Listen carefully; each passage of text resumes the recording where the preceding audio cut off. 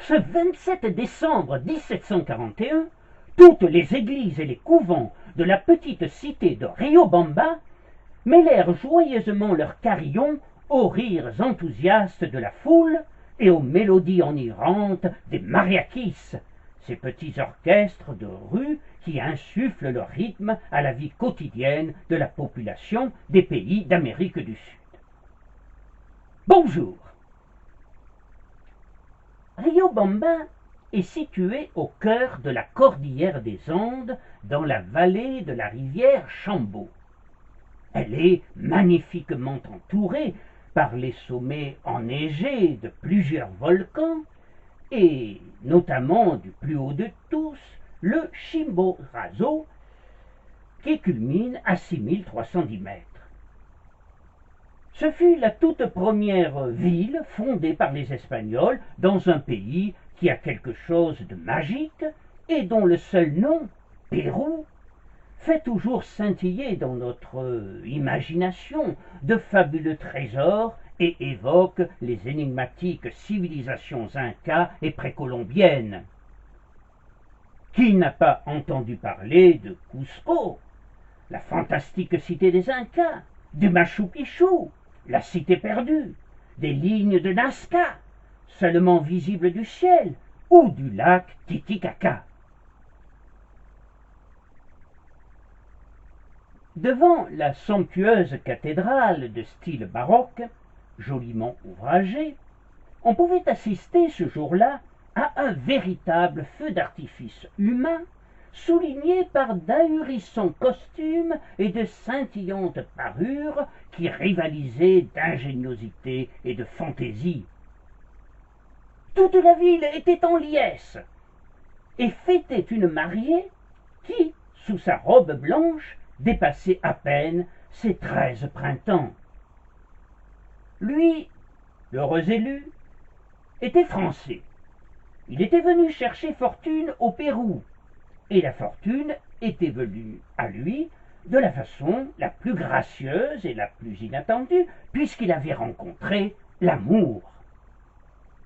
Il s'appelait Jean Gaudin, Godin, était né le 5 juillet 1713 dans la province du Bourbonnais, à Saint-Amand-de-Montrond, une petite ville accueillante et fleurie qui tenait son nom de Saint-Amand, disciple de Saint Colomban et évêque de Maastricht.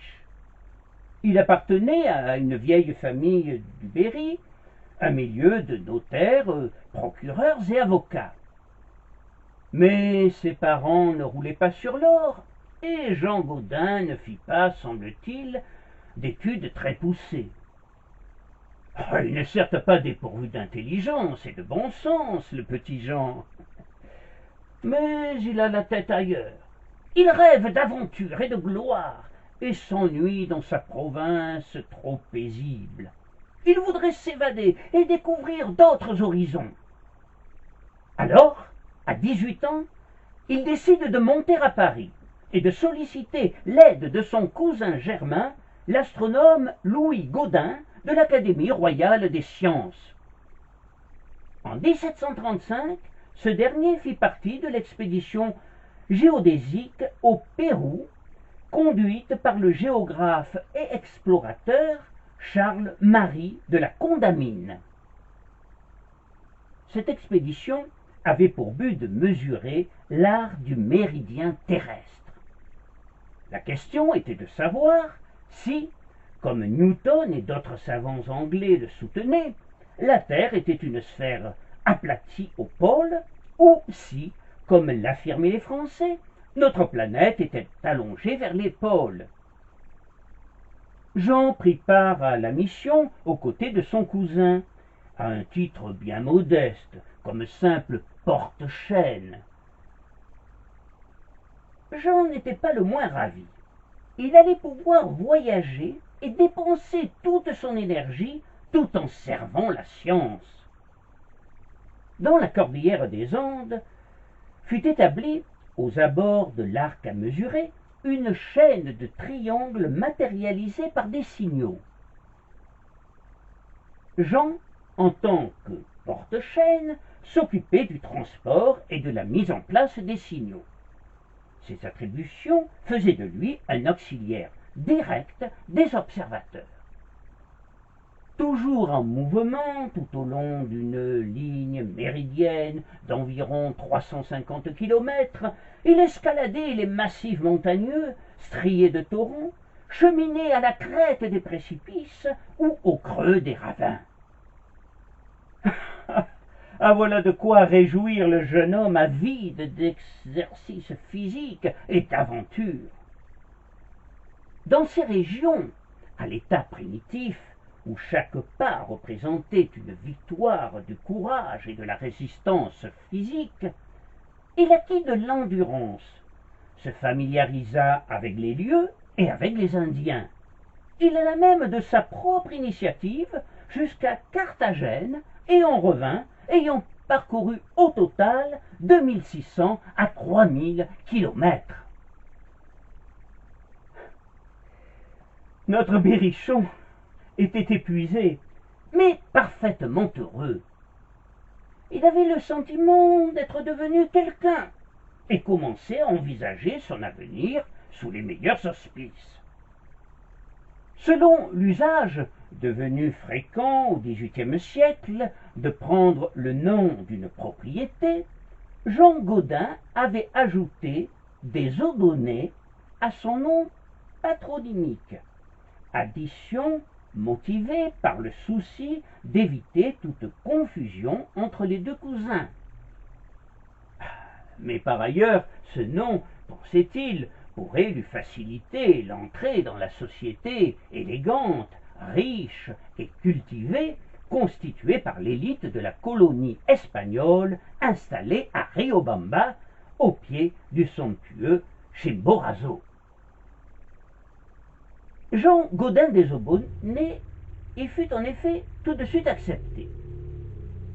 Il faut dire qu'en plus de son nom, c'était un beau garçon, robuste, les cheveux blonds, les yeux bleus pareils à l'océan et le sourire enjôleur. En somme, il avait tout pour séduire. Comme il avait de surcroît beaucoup de charme et de prestance, il ne tarda pas à faire chavirer le cœur des demoiselles.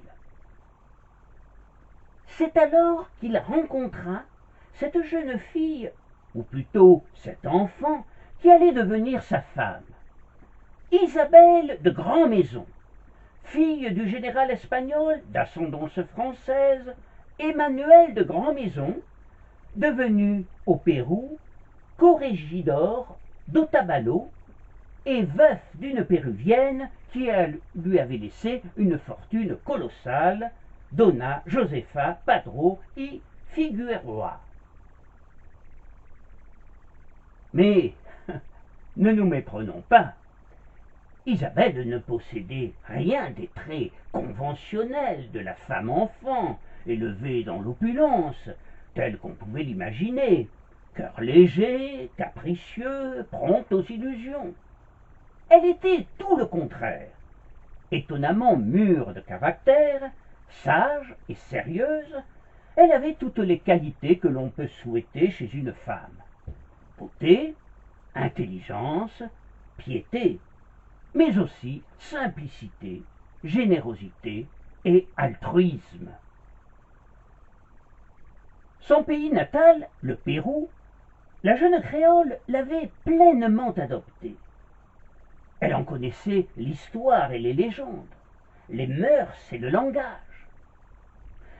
Les Indiens, issus des illustres civilisations incas et dont la gentillesse et la générosité étaient immenses, elle les aimait beaucoup, avec, dirions-nous, dans le jargon actuel, un sens social rare.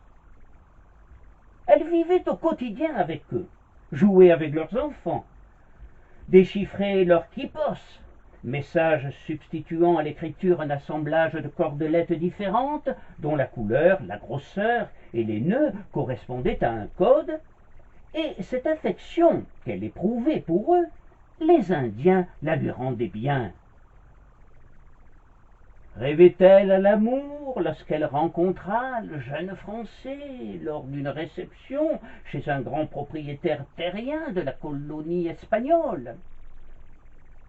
Nous n'en savons rien, car le sévère général de Grand-Maison ne laissait guère de liberté à sa fille.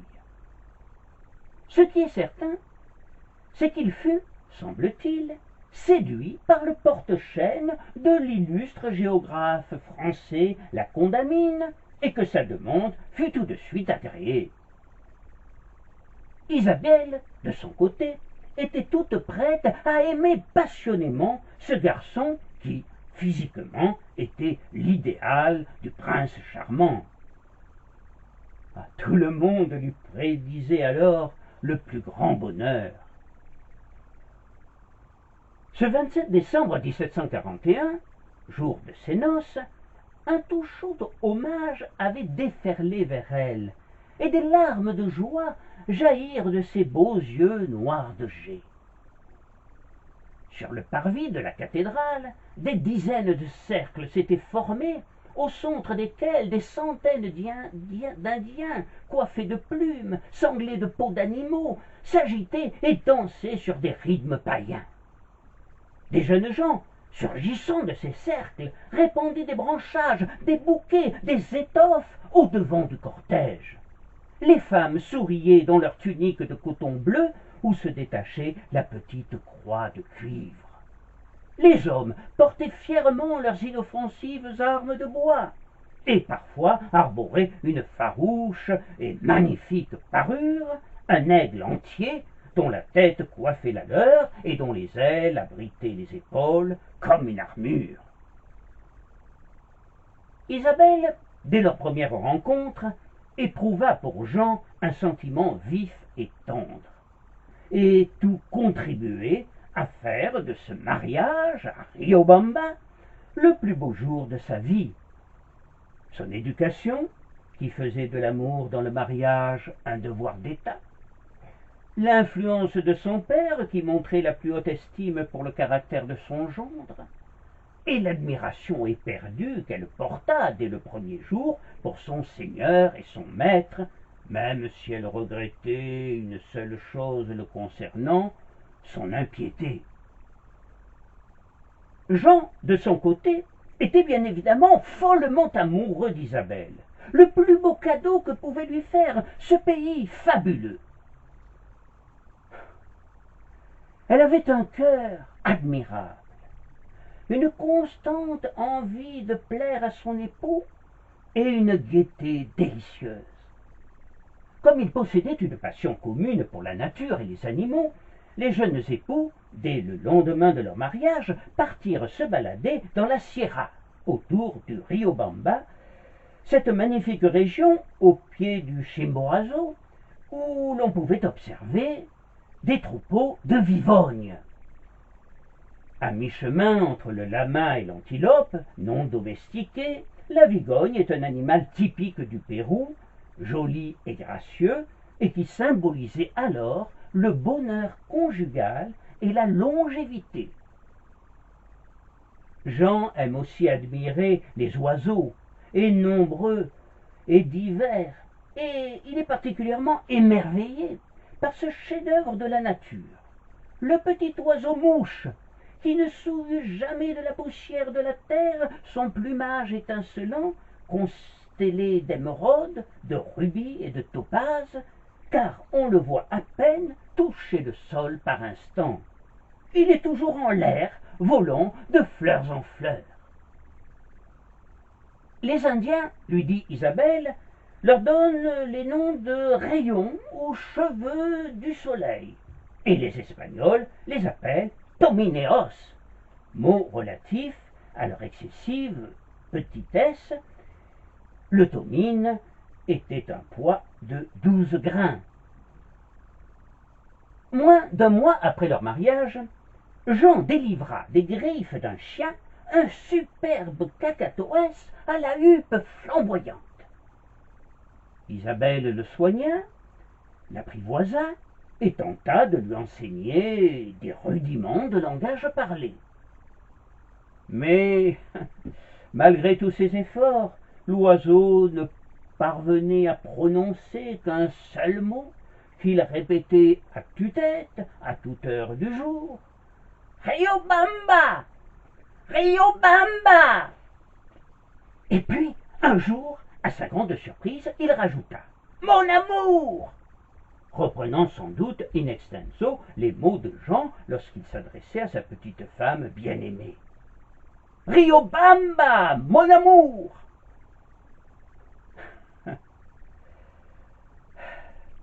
Jean et Isabelle vivaient donc le plus parfait des bonheurs à Riobamba, mais, quoique la mission n'eût pas encore été achevée, le rôle de Jean Gaudin des Eaux-Données, limité aux travaux de triangulation, avait pris fin, et il fallait bien qu'il trouve une autre activité.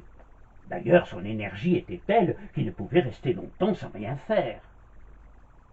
Toutefois, son alliance lui donnait du prestige et lui permettait d'envisager l'avenir avec confiance et sérénité. Mais à 28 ans, Jean n'était pas homme à s'endormir sur ses lauriers et à jouir d'une vie confortable et paisible auprès d'une épouse aimante. C'était un ambitieux et un aventurier qui rêvait de s'engager dans de vastes entreprises aux perspectives mirifiques sur un continent où tout semblait possible. Il avait entendu vanter les jardins d'or souterrains des Incas, et il s'imagina pouvoir les exhumer en mobilisant une armée d'ouvriers qui creuserait une montagne qui l'inspirait et d'où jaillirait assurément, pensait-il, quelque fabuleux trésor. Ce qui fut fait, à grands frais, et bien évidemment en pure perte.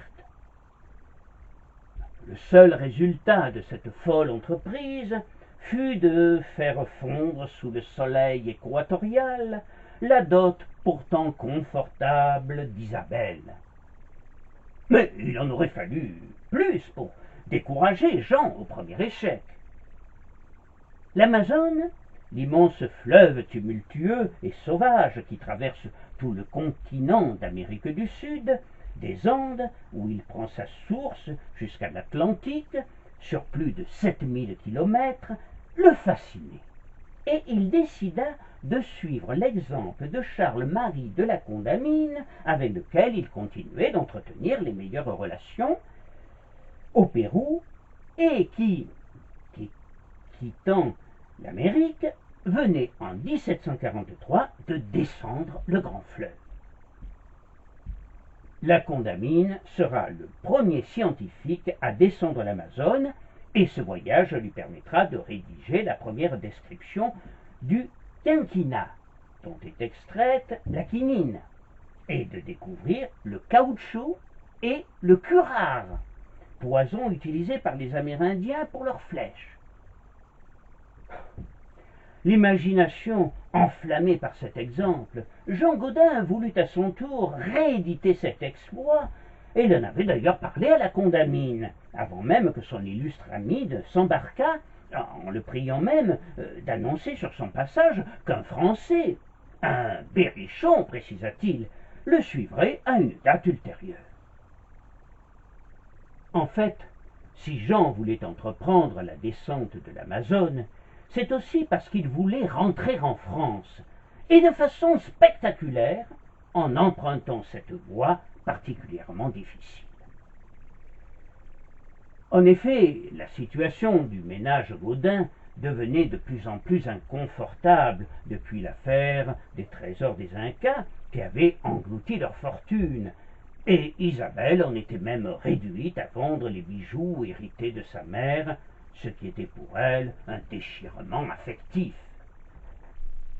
L'idée de retourner en France, au moins pour quelques années, répondait donc désormais à la commune intention du couple, d'autant plus que le père d'Isabelle, le général Grandmaison, de son côté, frisait la ruine, résultat malheureux de l'assemblage classique d'un gentilhomme fastueux et d'un intendant indélicat. La nouvelle de la mort de M.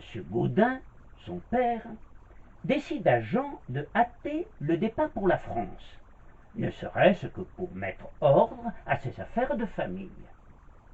Il décida donc de partir seul jusqu'à la Guyane française, ce voyage préparatoire permettant de faciliter celui de sa femme qui était alors enceinte. Il expliqua sa décision dans une lettre un tantinet surprenante à la condamine. Un autre que vous, monsieur, serait étonné que j'aie entrepris si lestement un voyage de 1500 lieues uniquement pour en préparer un autre. Mais vous savez que, dans ce pays-là, les voyages exigent moins d'appareils qu'en Europe.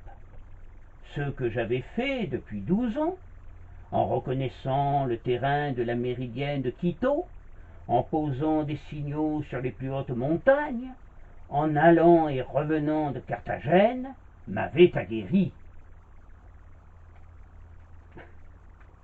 Certes, mais l'on peut se demander peut-être si le moment n'était pas mal choisi pour précipiter un voyage dont on parlait depuis 5 années, sachant par ailleurs qu'Isabelle était alors enceinte de 6 mois. Cette impatience soudaine peut surprendre. Et par ailleurs, compte tenu de ses responsabilités familiales, on peut penser qu'un autre parcours que celui de l'Amazone aurait été plus indiqué. Mais l'esprit d'aventure de Gaudin était sans doute plus fort que toute autre considération, et si vous me parlez peut-être de beaucoup de légèreté de sa part, je ne pourrai qu'en convenir. Et, me direz-vous, quelle fut la réaction d'Isabelle à l'annonce de ce départ précipité? Le moins que l'on puisse dire est qu'elle souffrit de cette décision. Mais, loin de se plaindre, elle n'avait qu'une crainte, celle de peser sur Jean. Elle essayait donc de modérer ses sentiments, si adroite dans son effacement volontaire qu'il put penser un moment qu'elle acceptait sereinement sa décision.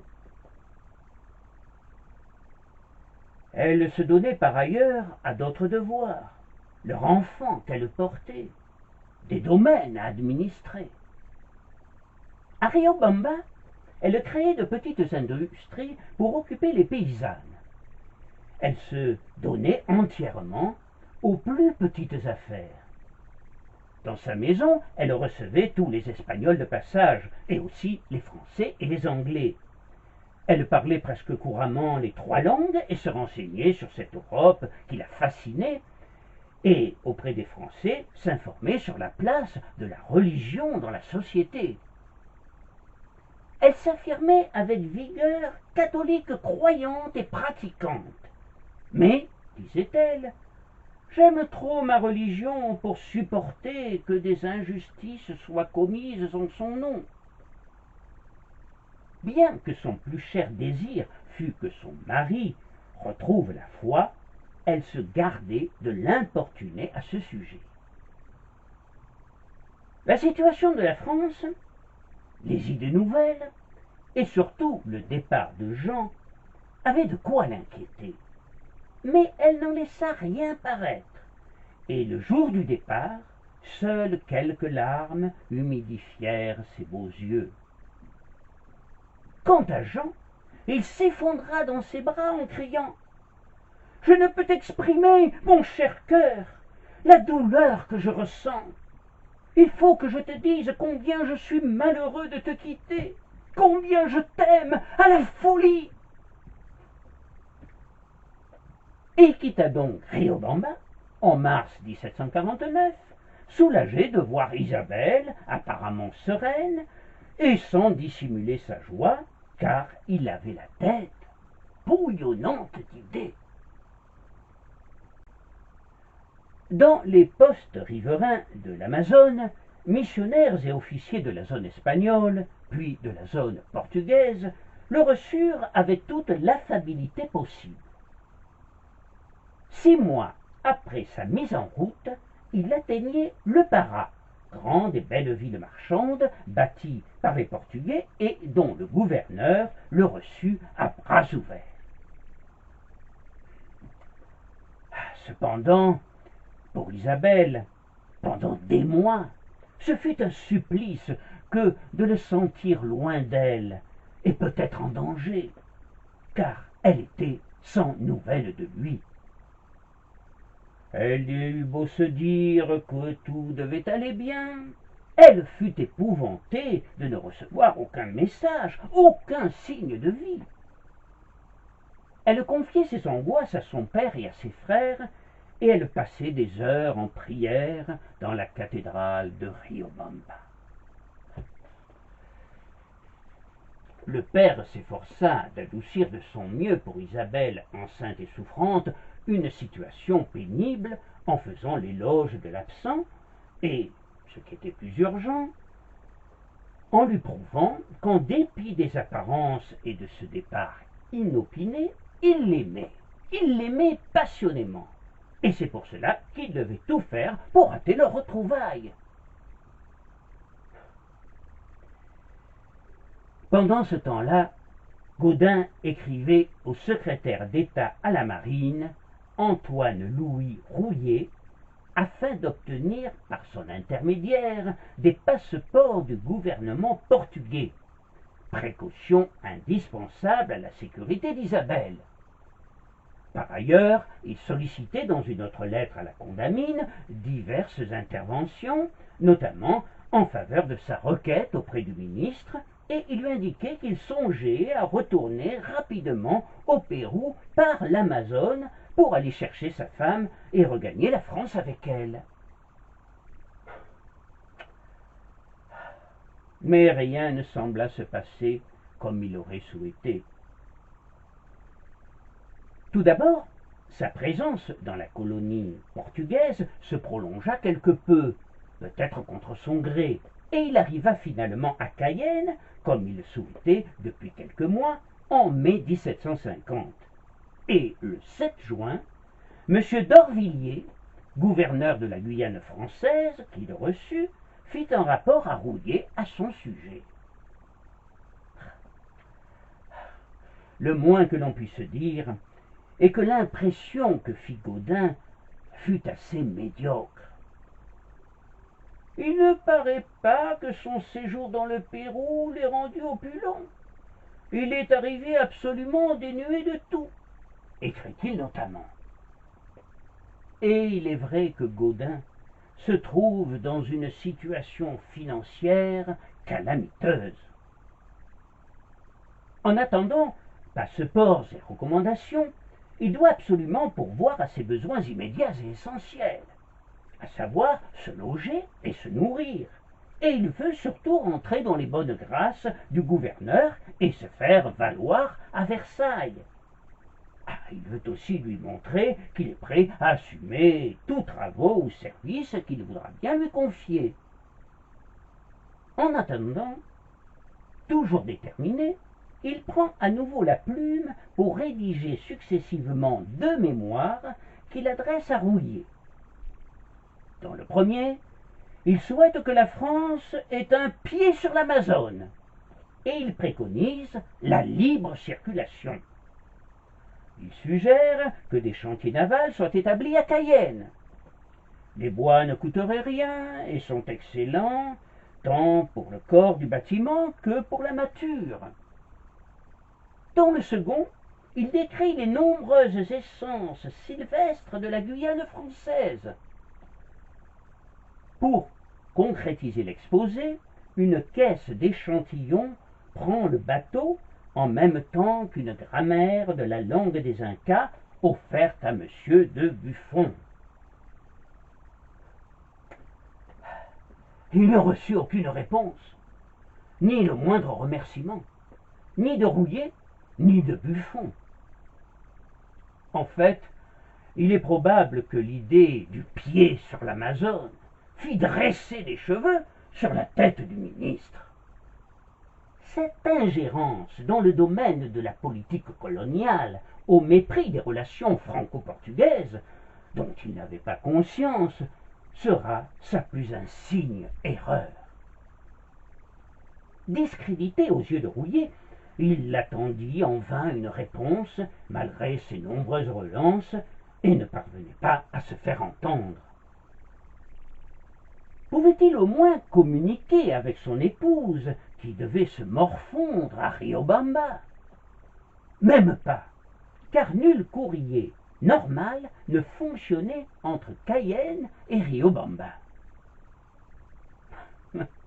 Aussi étonnant que cela puisse paraître, il n'apprendra la naissance de son enfant, une fille, que par une lettre de la Condamine venue de France. La Condamine déplorait les difficultés de son ancien collaborateur, pour lequel il avait une grande estime, et il usa de toute son influence pour que les passeports demandés lui soient accordés, ce qui lui permettrait de sortir de ce guêpier. Et malheureusement pour lui, les usages diplomatiques réclamant que Lisbonne, préalablement à toute obtention, consultât Versailles, Rouillé fut donc appelé à se prononcer. Il invita alors messieurs d'Orvilliers, gouverneur, et Lemoine, ordonnateur, à favoriser le voyage de Gaudin vers le Pérou. Mais, dans des instructions confidentielles, il expliquait pourquoi les passeports seraient, en définitive, refusés. Ça aurait été trop se compromettre relativement aux lois qui s'observent entre les nations européennes pour les colonies et la navigation de l'Amérique. On tournait donc en rond, et l'infortuné Gaudin eut le sentiment d'être entraîné dans un cercle vicieux sans fin, et il ne se trompait guère. Car les mois qui passèrent sans qu'aucun élément nouveau ne vienne lui apporter la moindre parcelle d'espoir. Quand donc reverrait-il Riobamba et sa chère Isabelle et leur fille? Mais, on l'aura compris, Gaudin n'était pas homme à se décourager. Il avait par ailleurs la tête pleine de projets et il était tenace dans l'adversité. Persuadé qu'un jour ou l'autre sa situation finirait par s'éclaircir, il se félicitait d'avoir au moins réussi à se faire écouter sur place. Et comme on semblait approuver ses nombreuses idées, il repartait regonflé à bloc et se lâchait. Oh, il finirait bien par repartir au Pérou pour aller chercher enfin sa femme et sa fille, et il envisageait déjà ce qu'il ferait ensuite.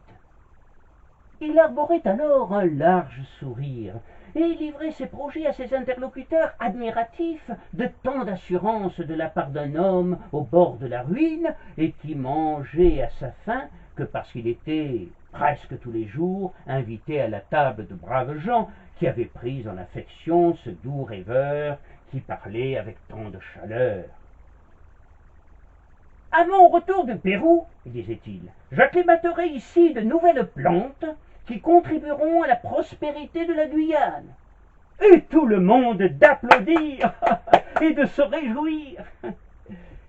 Il faut, disait-il aussi, instaurer des relations faciles et stimuler les échanges entre notre belle colonie et les colonies espagnoles que baigne le Pacifique. À nouveau, il obtenait l'approbation générale de la population.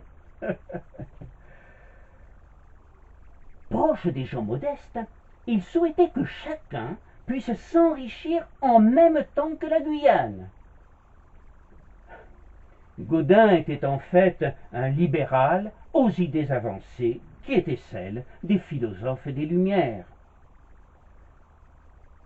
Il était par ailleurs favorable à une abolition progressive de l'esclavage et ne craignait pas d'aborder la question taboue de l'égalité des races qui ne ressurgira qu'à la Révolution et encore de façon très modeste.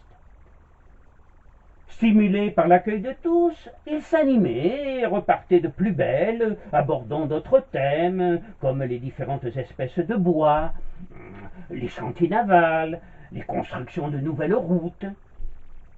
Il était si persuasif que M. Lemoine et M. d'Orvilliers, dont on a vu pourtant que sa première impression concernant Gaudin n'avait pas été très bonne, lui eussent volontiers fourni une aide financière et un navire. Mais encore fallait-il obtenir l'aval du ministre. Mais toujours Rouillé renâclait et l'on n'avançait pas.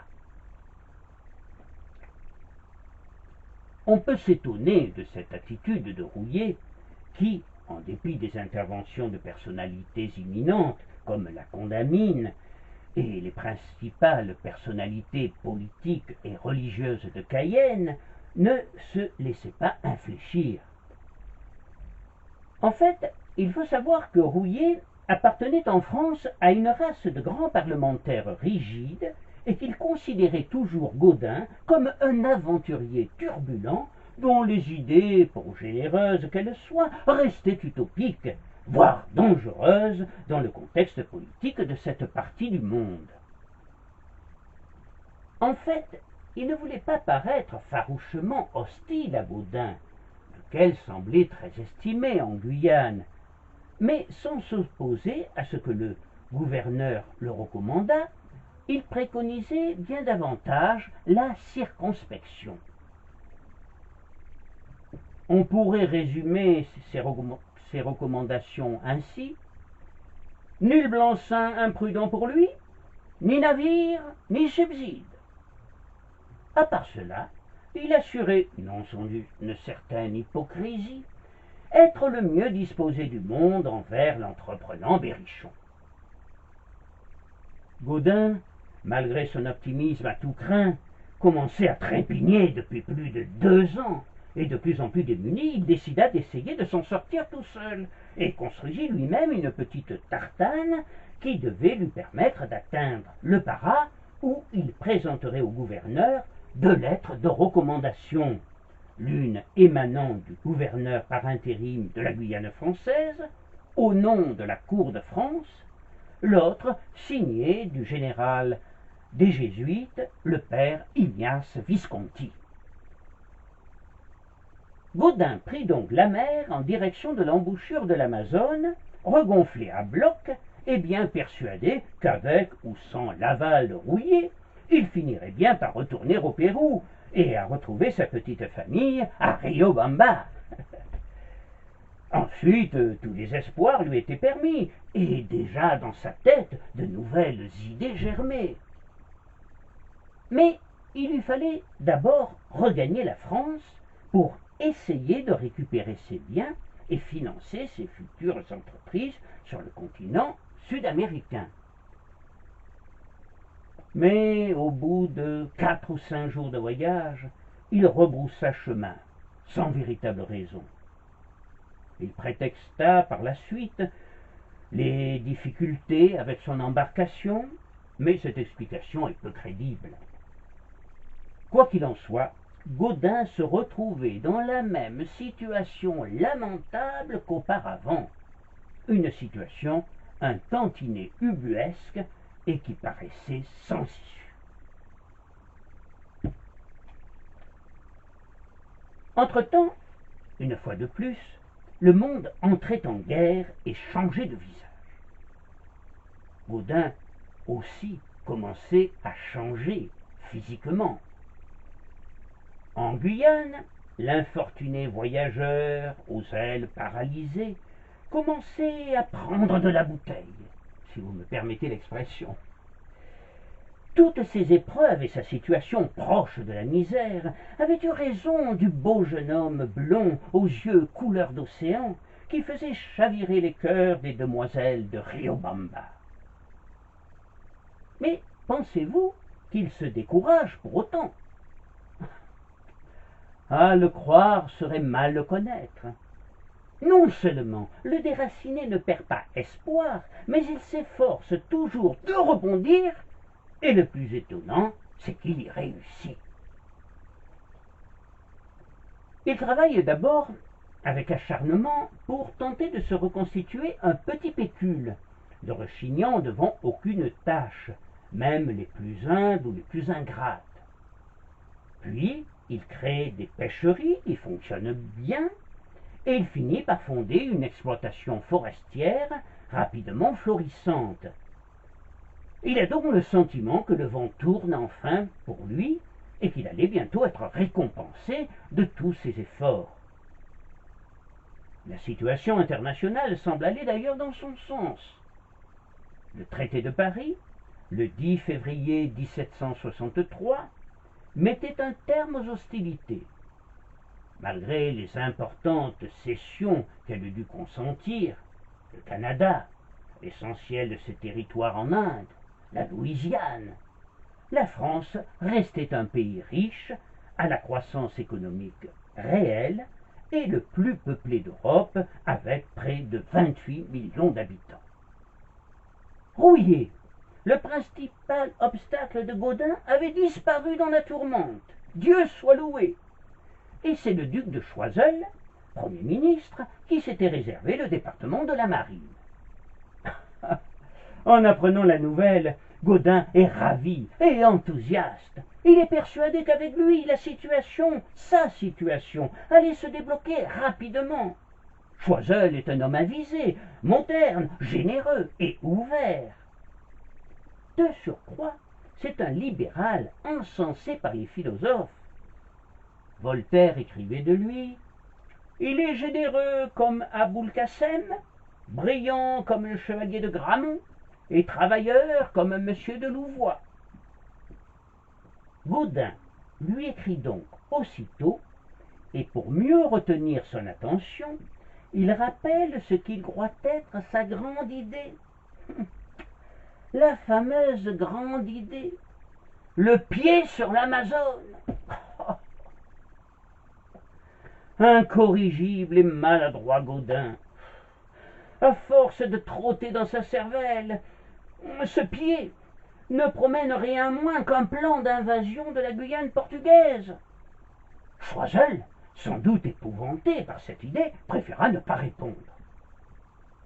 Bien qu'habitué au silence ministériel, Gaudin alors s'affola et imagina que si Choiseul ne répondait pas à sa lettre, c'est qu'il ne l'avait pas reçue et qu'elle était tombée vraisemblablement des mains étrangères, et il pensa bien évidemment aux Portugais, et dans cette hypothèse, il était perdu. Lui qui ne perdait que rarement son sang-froid semblait anéanti. Tout tournait dans sa tête. Il envisageait le pire, et ses cogitations le ravageaient. Personne ne l'avait jamais vu dans cet état.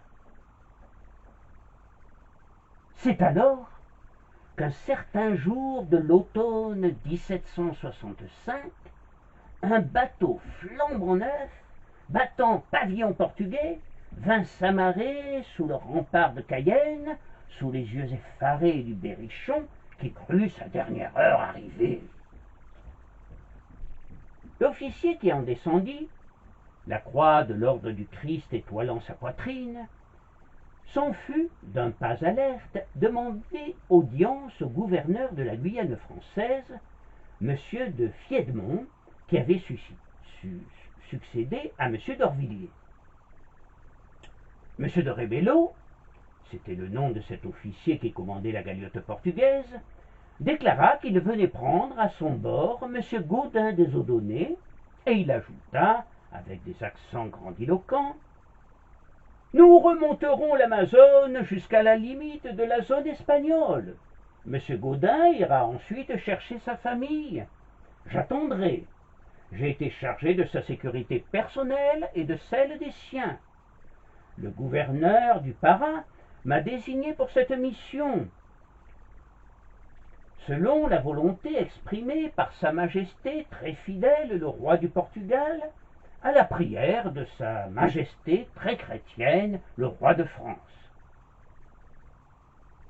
Tout en parlant, M. de Rebello déployait un parchemin où l'illustrissime signature de José Ier terminait sa pompeuse phraséologie. En sa magnificence, le roi du Portugal prenait à sa charge toute la dépense de l'expédition. Tout cela résultant de la démarche faite par l'ambassadeur de France à Lisbonne par ordre du duc de Choiseul. Monsieur de Fiedmont n'en revenait pas. Que d'égards! Oh, que de frères! Quant à Gaudin, on aurait pu penser que, remis de sa surprise, il allait se réjouir.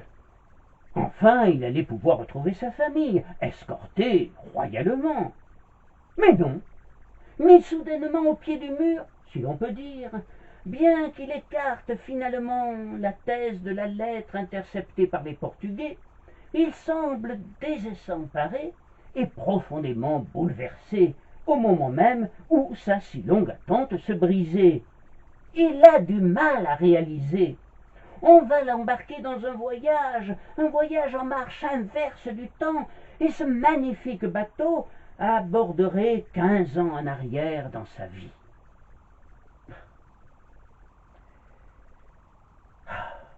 C'est à la fois merveilleux pour lui et terriblement effrayant.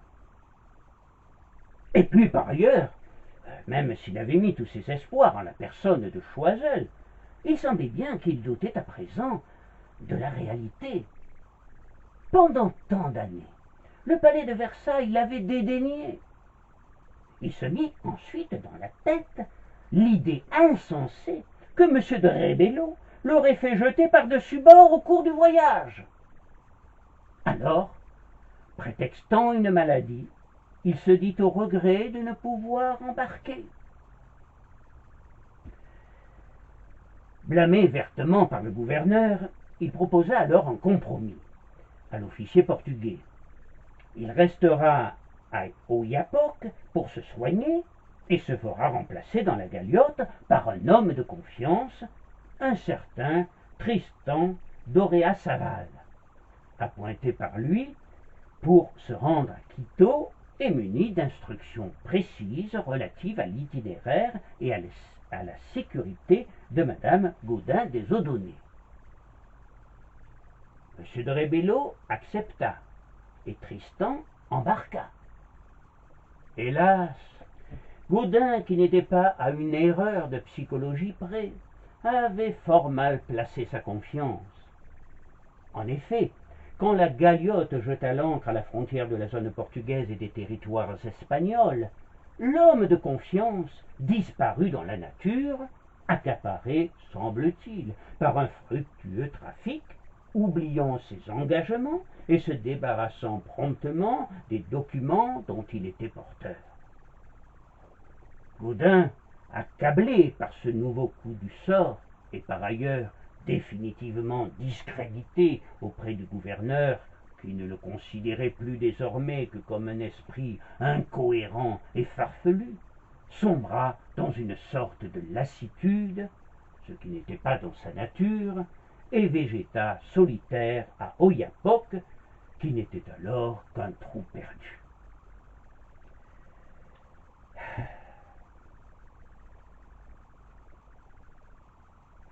Et le temps continuait à fuir, inexorablement. Nous voici à présent au milieu de l'année 1767. Gaudin continue à se morfondre à Oiapoque depuis 2 ans déjà, et pour la première fois de sa vie, sans doute, il doute de sa bonne étoile. Mais à Tabatinga, poste portugais de l'Amazone, aux confins des possessions espagnoles, M. de Rébello, homme de devoir, attend Madame Gaudin des Oudonnais. Sa mission ne sera accomplie que lorsqu'elle montera à bord de son navire. Il lui a adressé un courrier l'informant de son arrivée. Mais la pauvre Isabelle, à Riobamba, ne reçoit toujours aucun courrier, et elle attend. Elle attend et espère. Et cela depuis bientôt 20 ans. La jolie créole a bien changé, et des rides se sont creusées sous ses beaux yeux noirs de jet. C'est qu'elle n'a pas été épargnée par les soucis et les chagrins depuis l'époque heureuse de son mariage. Elle a perdu sa fille, victime de la variole qui fit rage à Riobamba et dans sa région en 1766. Âgée de seulement 18 ans, la jeune fille était née 3 mois après la séparation provisoire des époux et ne connaîtra jamais son père. Riobamba, comme si elle s'était mise à l'unisson d'Isabelle, semblait triste et angoissée. Les fêtes, même à la cathédrale, se faisaient rares. Cependant, Isabelle n'a pas perdu l'espoir de revoir son Jean bien-aimé, et elle est à l'écoute de toutes les rumeurs qui peuvent circuler, mais elle a été si souvent déçue. Pourtant, ce jour-là, la rumeur semble solide, et elle se hâte de dépêcher un éclaireur qui revient en lui confirmant la présence de la galiote dans l'Amazone portugaise. Alors, Isabelle n'hésite pas. Son devoir et son cœur lui commandent de rejoindre son mari au plus vite. Elle vend tout ce qu'elle possède encore et part le 1er octobre 1769. Était-elle heureuse? Assurément oui, car elle allait enfin retrouver son mari adoré. Mais elle quittait aussi Riobamba, cette ville qu'elle aimait tant, et le Pérou, son pays natal, son petit paradis, et on imagine son chagrin. Toutefois, ce pays qu'elle avait l'impression d'abandonner était en train de changer, et depuis quelques mois déjà, elle avait pris la mesure de ce changement en observant ses chers Indiens. Leur magnifique sourire semblait forcé, et leur regard était souvent sombre. Ils commençaient à réclamer plus de justice et revendiquer des droits identiques à ceux des colons. Dans moins de 15 ans, ils se retrouveront autour d'un certain Joseph Condorcanqui, qui avait pris symboliquement le nom de Tupac Amaru, nom du dernier Inca et dont il se disait le descendant. La grande révolte de 1780 sera violemment réprimée et comme son présupposé ancêtre, Condorcanqui sera exécuté par les Espagnols.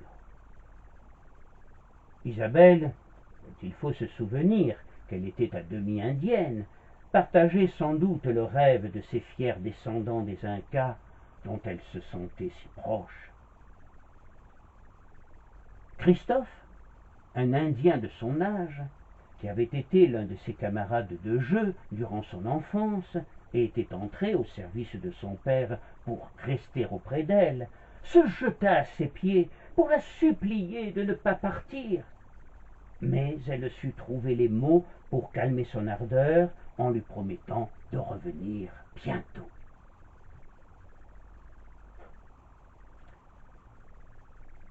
Quelles étaient alors ses pensées profondes? Nul ne le sait vraiment, mais elle sut contenir avec une grande fermeté l'immense peine qu'elle éprouvait en faisant ses adieux à Riobamba, dont elle sentait bien, malgré les promesses faites à Christophe, qu'elle n'y retournerait pas.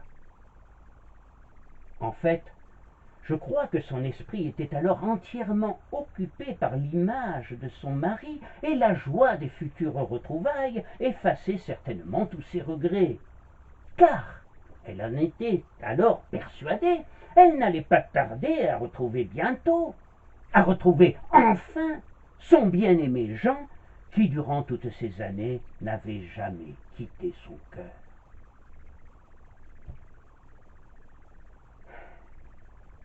Et ce voyage, qui sera celui de tous les dangers et de toutes les souffrances, commença dans une certaine exaltation et peut-être une réelle inconscience.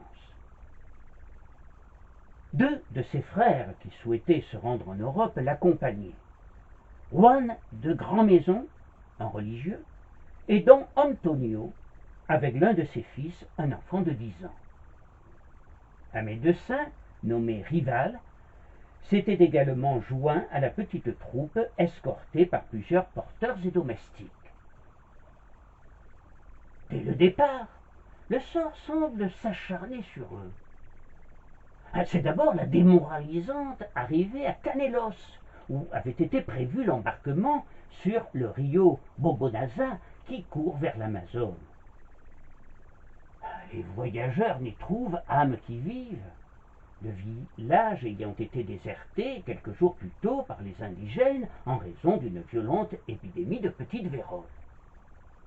Pourtant, Isabelle finit par découvrir au fond de leur cabane 2 Indiens qui acceptent de construire un esquif de fortune et de le piloter. Cependant, au bout de 3 jours de navigation, le canot ne résiste pas au tumulte des eaux du fleuve et les Indiens abandonnent alors sur la berge le petit groupe un tantinet désemparé. Mais Isabelle ne se laisse pas abattre et galvanise sa petite troupe qui construit un carbet au toit de feuilles de palmier où l'on se réfugie pour passer la nuit. Une nuit éprouvante, où la température chute brutalement de près de 20 degrés. Au petit matin, Rival et le noir Joachim sont chargés de rechercher du secours. La seconde nuit est encore plus difficile que la première, car il faut tenir en respect les pumas et autres indésirables fauves. Alors, on entretient des fleux et on se relaie pour monter la garde.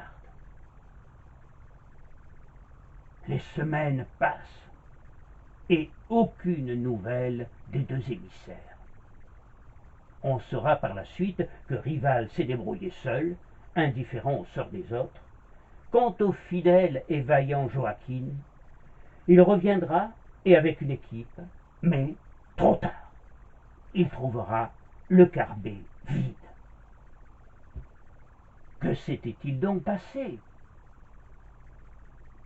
En fait, les voyageurs immobilisés et croyant n'avoir plus à compter que sur eux-mêmes, avaient décidé de ne plus attendre et de repartir. Le choix était simple.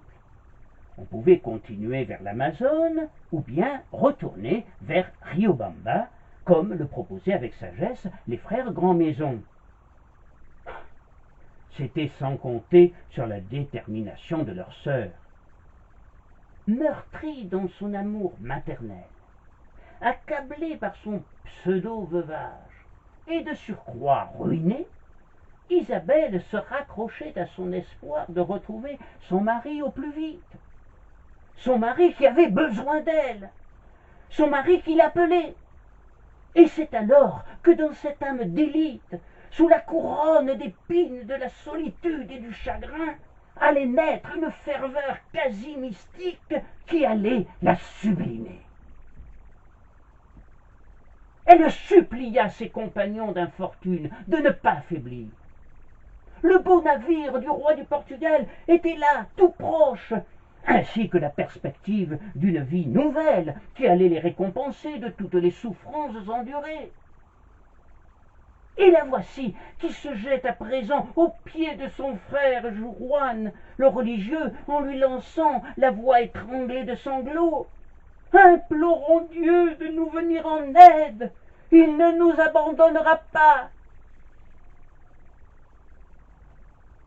L'argument porte à merveille. Juan, très ému, s'agenouille, imité par tous, et chacun de prier ensemble, à haute voix, de longues minutes. Regonflée à bloc, la petite troupe repart vers l'Amazone. Mais dans quelles conditions? Sur un radeau sommairement fabriqué et que personne ne sait conduire. Alors, on s'abandonne au fil du courant, en chantant des psaumes et en priant. Soudain, un choc violent ébranle le frêle esquif, un tronc d'arbre immergé sans doute, et le radeau se soulève et chavire. Miracle! Tous les passagers sont saufs. Juan et Isabelle exhortent chacun à remercier Dieu, et loin d'être découragés, bien au contraire, les naufragés poursuivent à pied le long de la rivière. Ils ont pu sauver quelques hardes et 2 vieux sabres, très utiles pour pouvoir se déplacer dans cette jungle étouffante, peuplée d'étranges animaux inquiétants, de gigantesques anacondas et de sangsues qui se collent à la peau. Ils ont pu sauver également quelques rations de maïs et de manioc, et c'est à coups de hache qu'ils se taillent leur chemin. Conquérant chaque jour un peu d'espace, ils progressent lentement et durement. Bientôt, leur maigre ration de maïs et de manioc s'épuise. La faim commence à les tenailler. Alors, à nouveau, ils commencent à douter. Que c'est long et pénible, d'autant plus que si la rivière est un guide sûr, elle se tortille en d'innombrables méandres. Ne peut-on pas les éviter? Abréger au plus vite cette marche qui devient hallucinante. Et les malheureux finissent par céder d'un commun accord à la tentation de couper à travers bois. En fait, ils se livrent désorientés, épuisés à la forêt sans fin. Autour d'eux, elle tend ses filets de plus en plus épais, comme si elle voulait les emprisonner. Et de surcroît, comme pour les préparer à l'inéluctable, leur fait respirer une oppressante odeur de pourri et de mort. C'est qu'en fait, monte du sol un remugle d'animaux crevés, de végétaux décomposés, l'air empesté et l'infernal domaine des moustiques buveurs de sang. Leur peau se gonfle et devient sanglante, au point qu'ils ne supportent plus le contact de leurs vêtements, devenus d'ailleurs des lambeaux. Les vivres manquent à présent. La soif enfièvre les corps. L'oppression du désespoir a écrasé désormais les derniers sursauts des énergies. On atteint le paroxysme de l'horreur.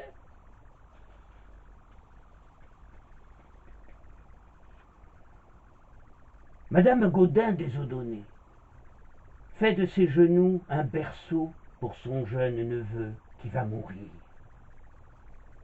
2 jours plus tard, c'est Don Antonio qui, épuisé, vacille et tombe pour ne plus se relever. Quand au bout de quelques jours, les survivants ne sont plus que 4, ils s'arrêtent. À quoi bon persister? Toute velléité de lutte ne devient-elle pas insensée? Bientôt, Isabelle et Juan prient devant 2 autres cadavres qui pourrissent. « Ah, Juan, sanglote Isabelle, tout ce qui arrive, c'est par ma faute. » Le lendemain, Juan, à son tour, expire dans ses bras. Alors, chez la jeune femme qui se retrouve tout à fait seule, c'est l'effroi, l'épouvante, la colère, l'anéantissement. Elle reste d'abord prostrée durant de longues heures, incapable de faire le moindre mouvement, comme si elle attendait que la mort vienne la chercher. Puis, semblant réaliser brusquement la situation, elle est épouvantée, veut fuir comme pour quitter cet enfer atroce, laisse éclater sa colère et son indignation, puis retombe finalement dans la torpeur. Mais elle vit. Qu'elle le veuille ou non, elle vit, entourée de ses défunts couchés dans les lianes, et elle vit pour les veiller, ce qu'elle fait pendant 2 jours. Étrange vestale sylvestre. Elle vit, mais ne sait plus vraiment à quel monde elle appartient, celui des vivants ou celui de la mort. elle vit, et elle respire, et la faim, et la soif. Et tout à coup, cette volonté de vivre l'emporte, et un apaisement surhumain la pénètre, la transfigure. Calmement, méthodiquement, elle accomplit les gestes qu'il faut. Il ne faut pas que ces derniers vêtements en lambeaux soient son misérable suaire. Alors, elle s'en entoure les hanches. Ses pieds ensanglantés la soutiennent encore.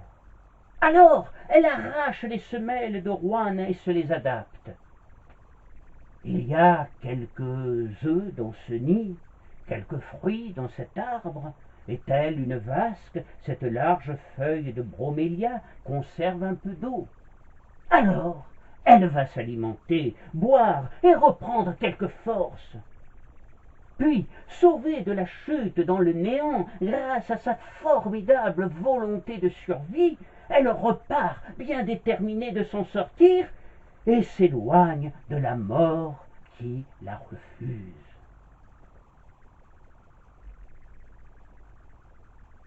Elle erra pendant une semaine, et au bout du 7e jour aperçut des hommes, des Indiens qui chassaient, dont on peut se demander s'ils n'eurent pas d'abord peur de ce spectre qui semblait venir du monde des morts. Et le pitoyable fantôme les rassure et leur raconte sa dramatique odyssée. Transportée sur un brancard de branches coupées jusqu'à une rive où des cabanes se blottissaient sous des arbres géants, elle reçoit 1000 soins touchants par des infirmières improvisées, et ces femmes et ces hommes, habitués aux rudes conditions de vie dans ces lieux hostiles, sont surpris qu'elle ait pu survivre, et de surcroît sans aucune séquelle. Échappée des enfers, Isabelle renaissait et retrouvait son étonnante vigueur. Et moins d'une semaine plus tard, elle était sur pied, plus déterminée et motivée que jamais. Je disais, sans aucune séquelle. En fait, quand elle arriva enfin au terme de son atroce voyage, moins d'une semaine plus tard, sur la galiote du roi du Portugal, sa chevelure était devenue entièrement blanche.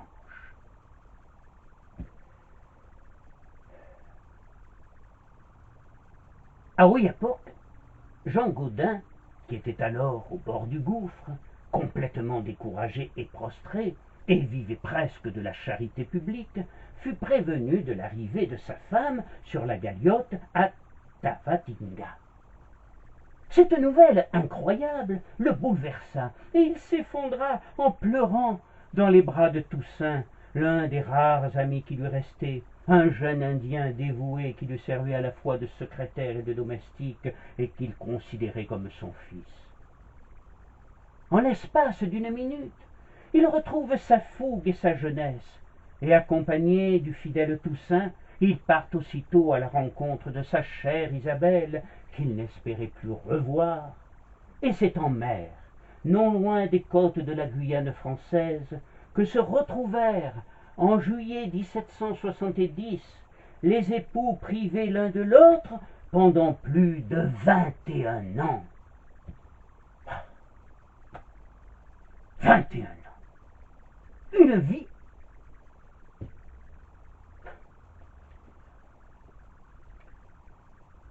Il est impossible de trouver les mots justes pour décrire, même approximativement, ce que furent ces retrouvailles, et pendant plusieurs jours, ils restèrent enlacés, secoués de larmes et de rires, et ils connurent un bonheur incommensurable, similaire à celui qui fut le leur à Riobamba. Riobamba, la ville de leur amour.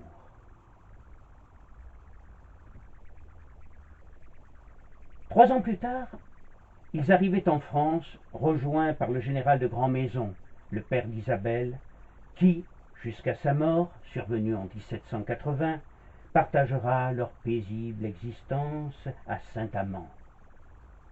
Comme tous ceux qui ont enduré des épreuves exceptionnelles, madame Gaudin des Oudonnais évitait d'en parler, et c'eût été une maladresse que d'y faire allusion en sa présence. Ces souvenirs si douloureux souhaitaient la solitude. Elle ouvrait alors un coffret d'ébène et contemplait, émue aux larmes, les souliers enlevés au cadavre de son frère, et la toile, la robe de toile que lui avait donnée une indienne de l'Amazonie. Son mari, au contraire, décidément incorrigible, songeait toujours à la Guyane, avec une imperturbable délectation, et continuait à échafauder des projets grandioses. La mise en valeur de la colonie hantait toujours sa plume obstinée, et le ministre destinataire restait toujours économe de ses réponses et sourd à ses sollicitations. En somme, rien de bien nouveau. Si ce n'est toutefois que ses services rendus en cours de mission au Pérou avaient été récompensés par une pension du roi qui permirent au couple, qui avait connu chacun de son côté de terribles épreuves, de terminer leur vie dans la sécurité et un certain confort. Il ne fut pas inquiété par la Révolution et poursuivit sa petite vie tranquille tout en continuant à rêver à de nouvelles aventures. Une petite vie bourgeoise en somme, même si, lorsque sa pension ne lui fut plus versée dès le début de l'année 1790, il fallut bien se serrer la ceinture. Jean Gaudin des Oudonnais mourut à Saint-Amand le 1er mars 1792. Au mois de septembre suivant, l'héroïque Isabelle le rejoignait dans sa tombe où plus rien ne pouvait plus les séparer. Quant à Riobamba, la vie de leur amour de jeunes époux, elle sera complètement détruite par un violent tremblement de terre en 1797.